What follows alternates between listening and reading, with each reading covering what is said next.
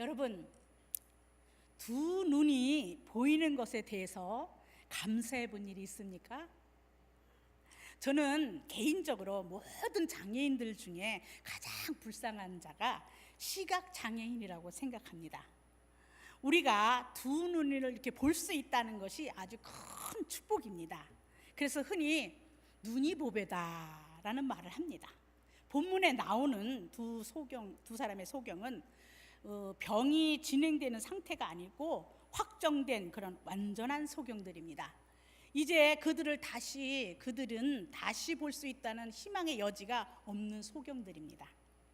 우리 정상인의 삶은요, 대부분 내일에 대한 기대와 소망이 있습니다. 그래서 오늘을 살아갑니다. 그렇죠? 다음 달에는 좀 우리 가계부에 흑자가 나겠지 이렇게 생각하고, 내년에는 좀 승진을 하겠지 이런 소망과 기대가 있습니다. 하지만 이 소경들에 대해서 언젠가는 그들이 시력을 다시 회복할 것이라고 아무도 그들에게 기대를 하지 않습니다. 이런 두 소경이 예수님을 만나서 너희 믿음대로 되라 하신데 그 눈이 밝아진지라 라는 기적의 주인공이 되었습니다. 오늘 본문은요, 소경에 대해서 이렇게 기록하고 있습니다. 이제 본문 27절을 보면은요, 예수께서 거기서 떠나가실세 그랬습니다. 거기가 어디입니까? 회당장 야이로의 집입니다. 예수님은요, 회당장 야이로의 딸을 살리신 후에 그 집을 떠나 다시 가버나움으로 행하고 계십니다. 이때 두 소경이 따라옵니다. 예수님 당시 지중해 그 지방에는요, 특유의 그런 기후와 햇빛 그리고 석회석 먼지가 많기 때문에 소경이 많았다고 합니다. 이 소경들은 혼자 다닐 수 없어서요, 짝을 지어 다녔고, 또 그들의 생계 수단은 뭐겠어요? 구걸입니다. 여러분, 우리는 이렇게 두 눈을 똑똑히 뜨고 살아도 이렇게 문제가 많은데, 두 소경은 얼마나 고통스러운 삶을 살아왔겠습니까? 이 소경들은 나면서 소경이 되었는지 아니면 살다가 실명이 되었는지 성경에는 밝히지 않았지만, 어쨌든 앞을 못 본다는 것은요, 본인에게 얼마나 불편하고 아픔인 동시에 또 남에게 무시당하며 살아가야 하는 아주 불쌍한 그런 사람들입니다. 그렇습니다. 자, 그런데요, 그 모든 사람의 눈에는 모든 사물을 볼 수 있는 육안이 있고요, 또 만사의 이치를 보는 지안이 있고요, 또 하나님을 볼 수 있는 영안이 있습니다. 어떤 사람은 육안은 열려 있는데 지안이 닫혀 있는 사람이 있고, 어떤 사람은 육안과 지안이 다 열려 있는데 영안이 닫혀 있는 사람도 있습니다. 자, 여기서 소경이라는 것은 육안이 닫혀 있는 사람을 말합니다. 소경들이요, 제일 듣기 싫어하는 단어가 있다 그러는데 무엇인지 아십니까? 소경이라는 소리랍니다. 소경이란 말은요, 굉장히 경멸조의 말이기 때문에요, 그걸 제일 싫어한다고 그래요. 그래서 다른 언어로 맹인이라고 합니다. 자, 이 세상에는요, 세 가지 맹인이 있어요. 육신적인 맹인이 있습니다. 그래서 하나님이 만드신 우주 만물을 보지 못하는 사람들입니다. 이 세상을 보지 못하는 그 맹인, 육신적인 맹인이 있어요. 또 문맹이 있습니다. 글자를 봐도 무슨 말인지 모르는 문맹이 있습니다. 그렇죠? 요즘은 컴맹도 있습니다. 컴맹도 있습니다. 저번에요, 무슨 보험인지 뭐 핸드폰 회사인지 저에게 무슨 약관을 소개한다 그러더니 계속 무슨 말을 계속 하는 거예요. 근데 그 사람도 한국 사람이고 저도 한국 사람이에요. 그 사람도 한국말로 하고 나도 한국말로 들으는데 도대체 무슨 소리인지 못 알아듣겠더라고요. 제가 엄청 빨리 얘기를 합니다. 그래서 아무리 제가 들으려고 그래서 여보세요. 그래도 내가 여보세요 해도 뭐 계속 얘기해요. 그래서 여보세요. 내가 지금 그쪽에서 말하는 걸 도저히 알아들을 수가 없으니까 문서로 보내주세요. 그랬어요. 그랬더니 알았다고 그러더라고요. 이게 뭐냐 하면 저는 그것을 오늘 무식맹이라고 했어요. 자, 아무튼 저에게는 이 세 가지를 조금씩 갖추고 있어요. 문맹, 컴맹, 무식맹.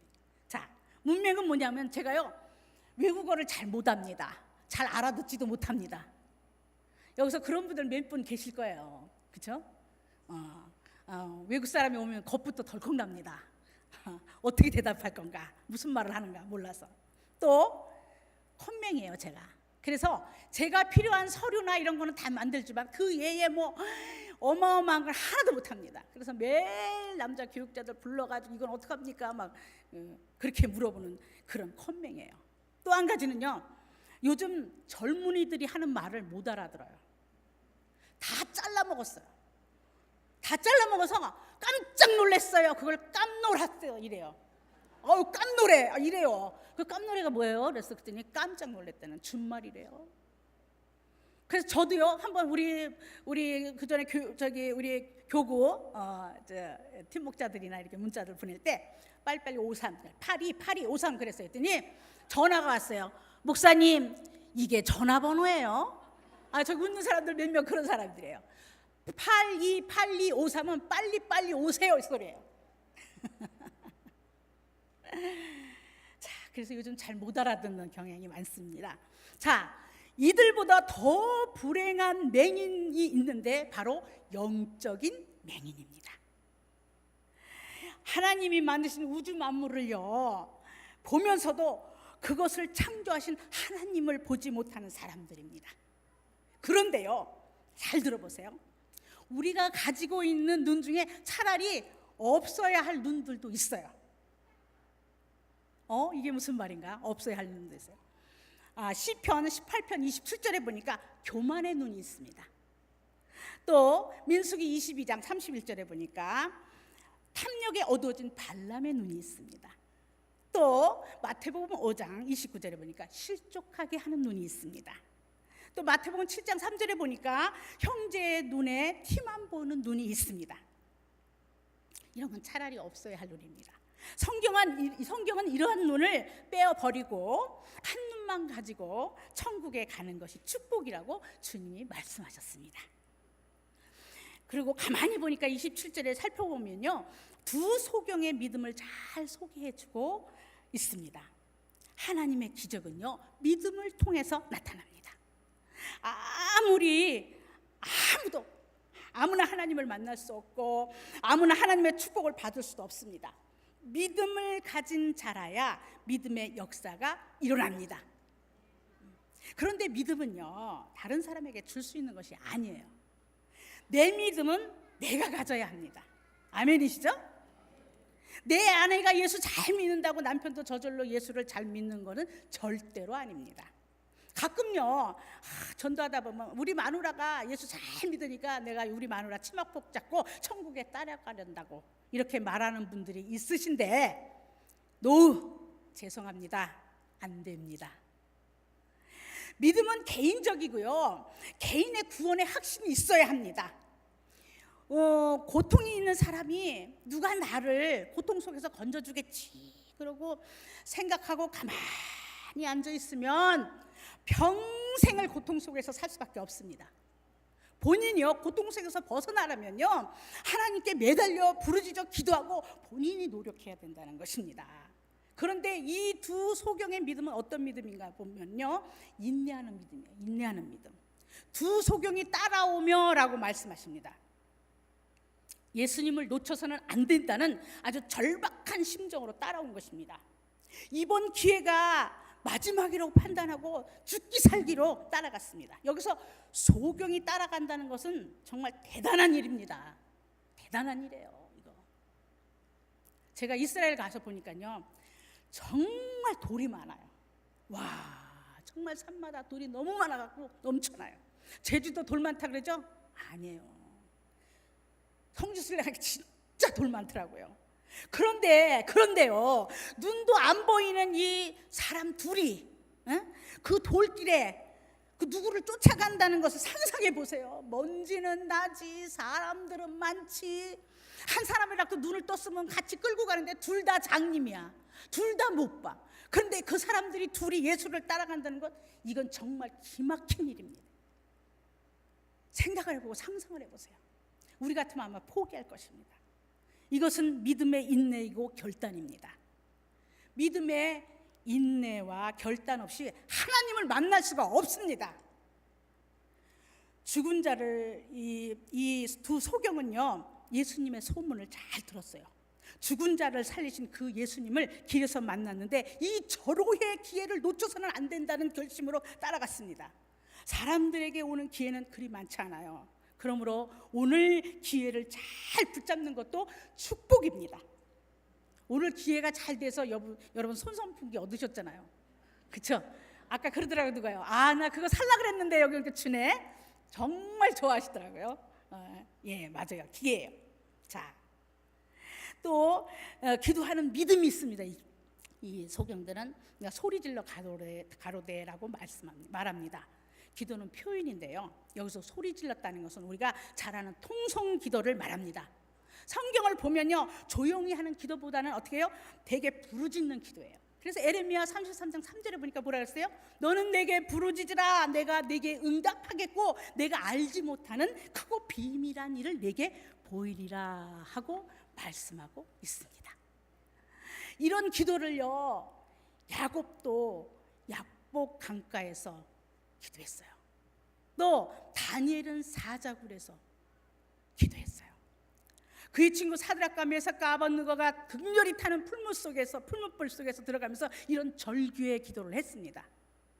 하나님은요 이런 절박한 기도를 절대로 외면하시는 분이 아니십니다.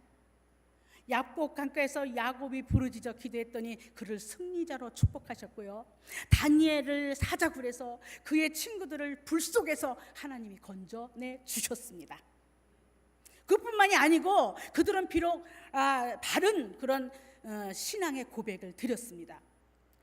다윗의 자손이요, 유대인들이 예수를 다윗의 자손이라고 고백하는 것은요 매우 중요한 신앙 고백입니다. 그런데 예수님 당시에는요 이 신앙 고백을 공개적으로 할 수가 없었습니다. 바리새인들과 서기관들은요 예수님을 책잡으라고 따라다니면서요 예수님을 다윗의 자손이라고 이렇게 고백하는 사람들에게 불이익을 주려고 했습니다. 아무나 그렇게 공개적으로 예수님은 메시아다, 예수님은 하나님의 아들이다, 예수님은 다윗의 자손으로 온 메시아라고 그런 말을 못하게 했습니다. 이런 상황에서 이 소경들은요 다윗의 자손이라고 부르짖고 있는 것입니다. 그들은요 눈을 뜨기 위해서 소리 지르고 있는 것은 일차적인 소원도 있었겠지만 자기들의 눈을 뜨게 해줄 수 있는 다윗의 자손 메시아가 오신 것을 확신하고 있는 것입니다. 그렇습니다. 구약의 예언자들은요 메시아가 다윗의 자손에서 온다고 했습니다. 두 소경은요 구약의 예언자들이 예언한 메시아가 바로 예수 그리스도임을 고백하고 있는 것입니다. 예수님, 당신은 구약의 예언자들이 예언한 다윗의 후손으로 오신 메시아입니다. 당신은 만왕의 왕입니다. 이런 고백이 다윗의 자손이요 이 속에 다 들어있다는 것입니다. 우리도 이런 바른 신앙의 고백이 있어야 합니다. 아멘? 아멘? 네. 그리고 그들은 하나님의 자비를 구하면서 우리를 불쌍히 여기시옵소서라고 두 소경이 애원을 하고 있습니다. 자, 보십시오. 죽어가는 자식을 위해서 의사에게 살려달라고 사정하는 부모의 애원처럼 얼마나 절박합니까? 그들은 주님에게 애원을 하고 있었어요. 우리를 불쌍히 여겨달라고. 사형 선고를 받은 제수가 재판장 앞에서 살려달라는 최후의 탄원과도 같은 그런 기도를 그들은 하고 있었습니다. 그리고 적의 포로가 된 자들이 자기를 살려달라고 최후에 청원하는 것 같은 절규를 했습니다. 이 두 소경의 기도는요 간추려 보면요 이들은 혼신의 힘을 다하여 부르짖었습니다. 왜 그랬습니까? 일생일대의 기회이기 때문에 이 기회를 놓치면 끝장이다라는 마음이 있기 때문이에요. 내일은요 우리에게 약속된 날이 아니에요. 오늘만이 우리의 날입니다. 그런데 고린도후서 6장 2절에 보니까 보라 지금은 은혜 받을 만한 때요, 보라 지금은 구원의 날이로다고 말씀하십니다. 자, 우리는요 우리의 문제를 놓고 이런 애절한 기도를 하고 있습니까? 아니, 한 적이 있으십니까? 지금도, 아니 오늘도 하고 계십니까? 우리에게 이런 애절한 기도가 필요합니다. 아멘. 우리에도 이런 절박함이 있어야 합니다. 여기 오신 분들은 물론 안 그러시겠지만 요즘 성도들을 만나보면요, 다들 겉으로 보기에는 아무런 문제가 없고 아주 평안해 보입니다. 그런데요, 그 속을 들여다보면요, 가슴 아픈 상처와 아픔과 그냥 걱정, 근심, 육신의 질병, 물질의 문제, 자녀의 문제, 부모와의 갈등, 부부의 갈등, 말할 수 없어요. 기도 제목들이 정말 얼마나 많은지 너무나 안타깝습니다.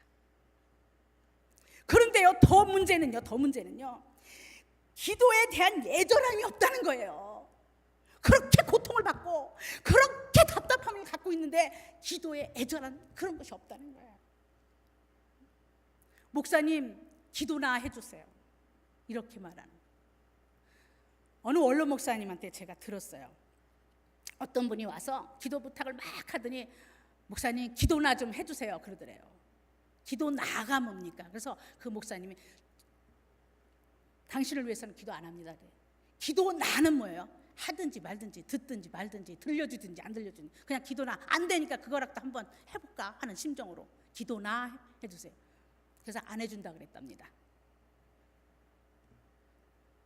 그것도 문제지만요, 자기는 안 하고 남에게만 기도를 부탁하는 분들도 있습니다.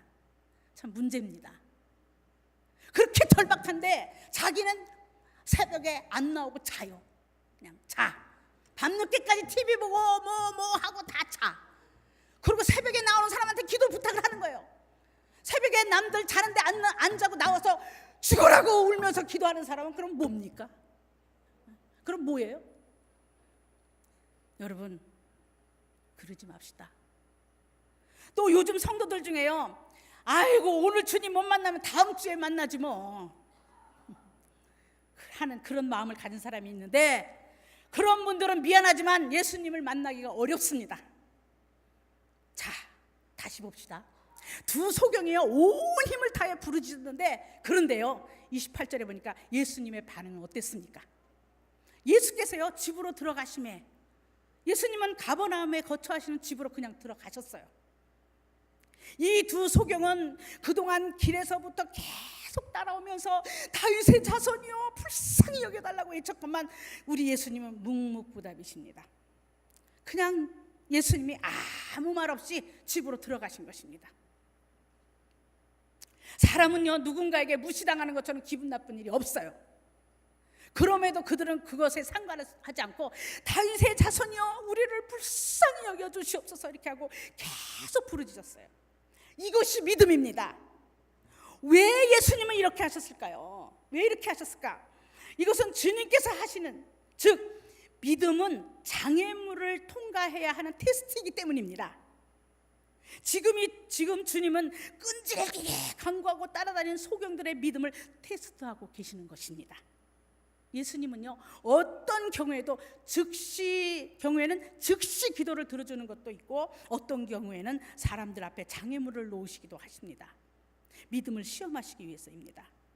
그 백부장이 자신의 하인이 중풍병으로 누워있을 때 고쳐달라고 애원하자 주께서 내가 가서 고쳐주리라고 마태복음 8장 7절에 선뜻 은혜를 베푸시는 예가 있는가 하면, 주님은 때로는 의도적으로 무관심의 장애물을 놓으시기도 합니다.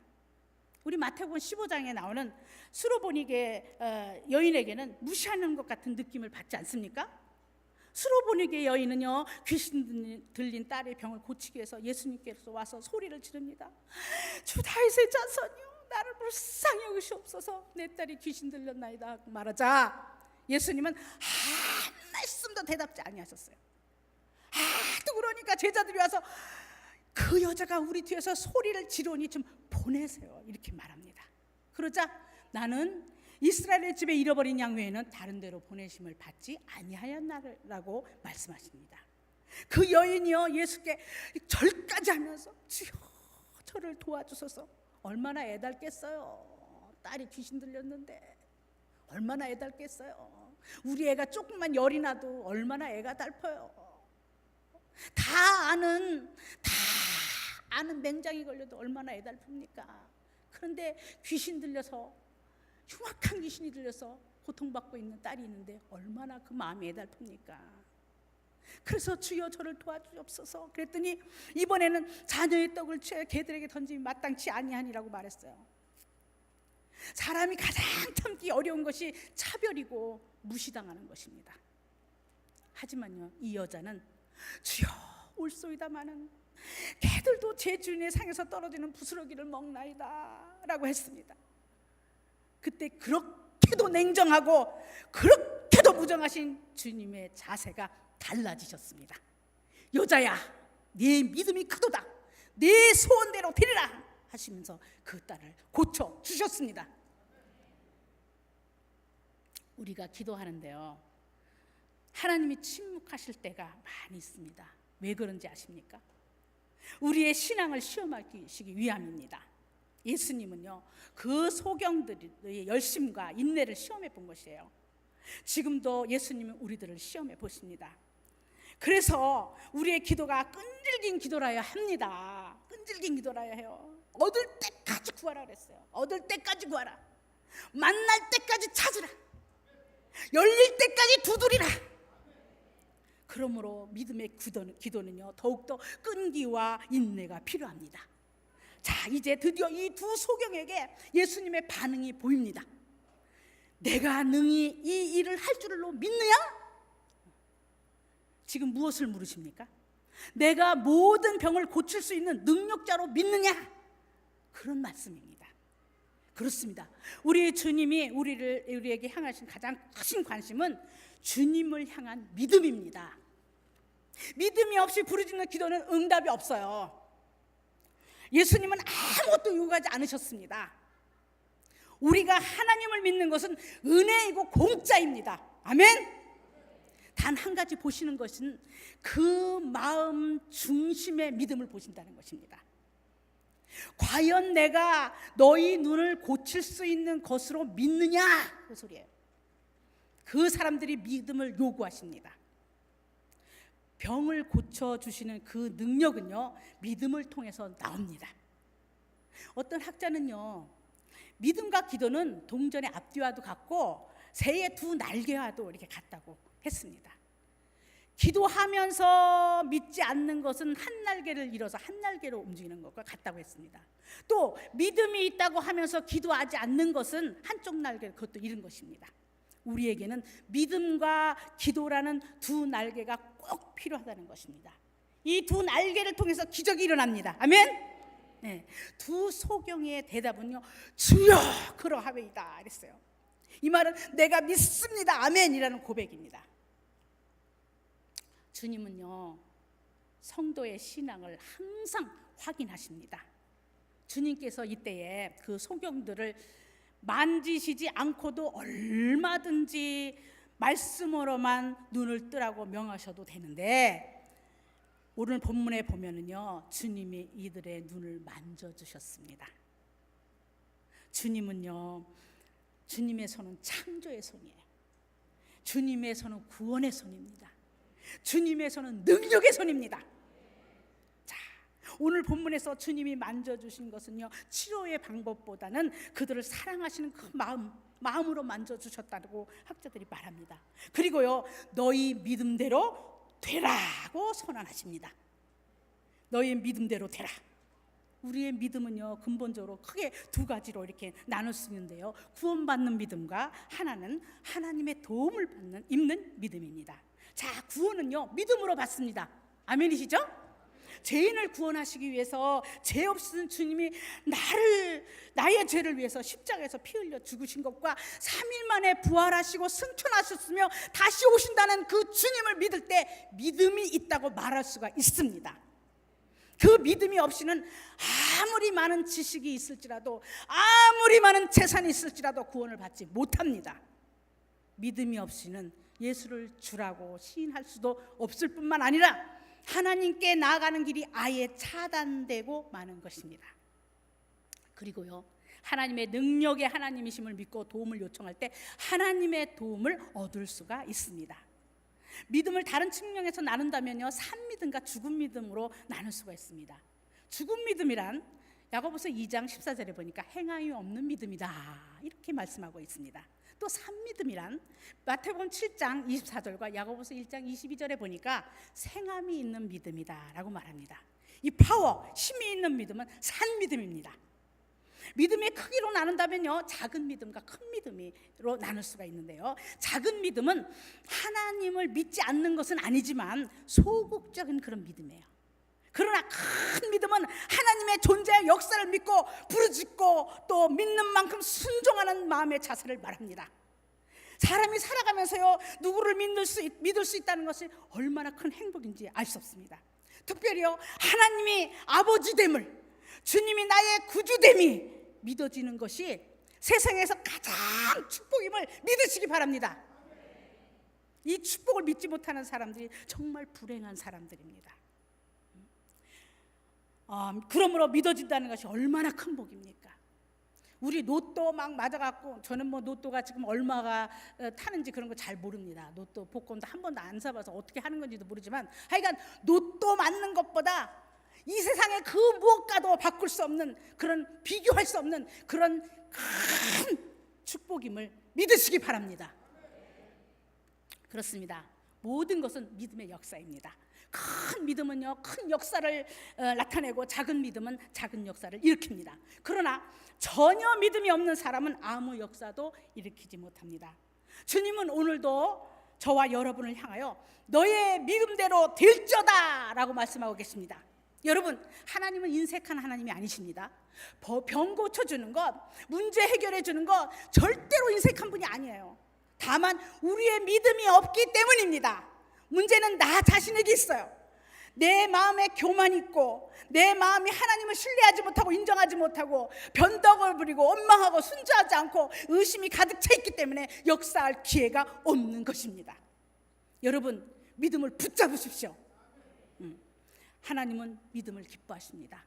히브리서 11장 6절에 보면요, 믿음이 없이는 하나님을 기쁘시게 못하나니 하나님께 나아가는 자는 반드시 그가 계신 것과 또한 그가 자기를 찾는 자들에게 상 주시는 이심을 믿어야 할지니라 말씀하고 계십니다. 자, 이제 본문으로 돌아가서요, 하나님의 말씀으로 그 눈이 밝아진지라 그랬어요.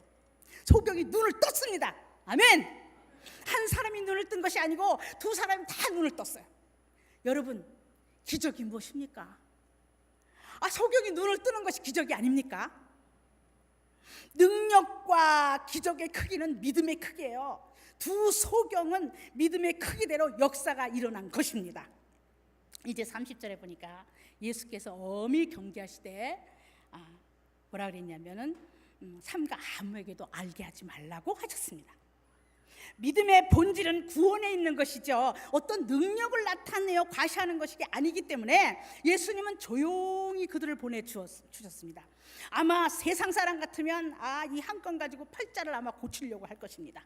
그러나요, 예수님은 겸손한 분이십니다.